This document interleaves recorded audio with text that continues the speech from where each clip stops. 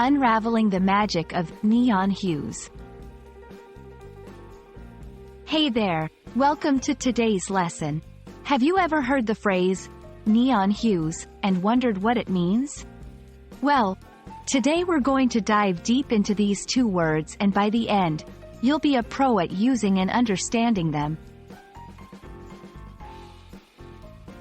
Before we dissect the phrase, let's understand what neon means. Neon is actually a chemical element that's a noble gas, and it's colorless in its natural state. But here's where it gets interesting. When electric current passes through neon gas, it glows with a bright light.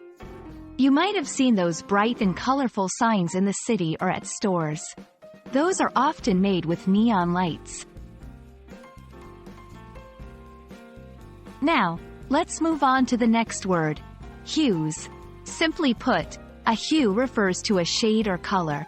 When we talk about the different hues of a sunset, we are talking about the variety of colors we see as the sun goes down.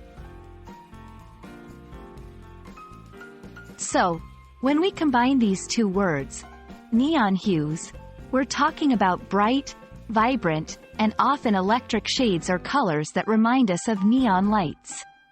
Think of electric blues, vibrant pinks, glowing greens, and so on.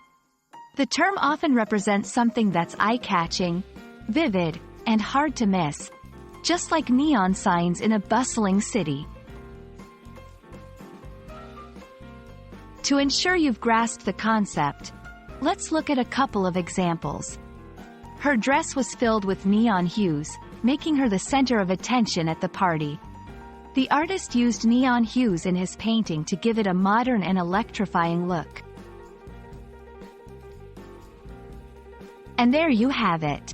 The next time you come across the phrase, neon hues, or wish to use it, you'll know exactly what it means.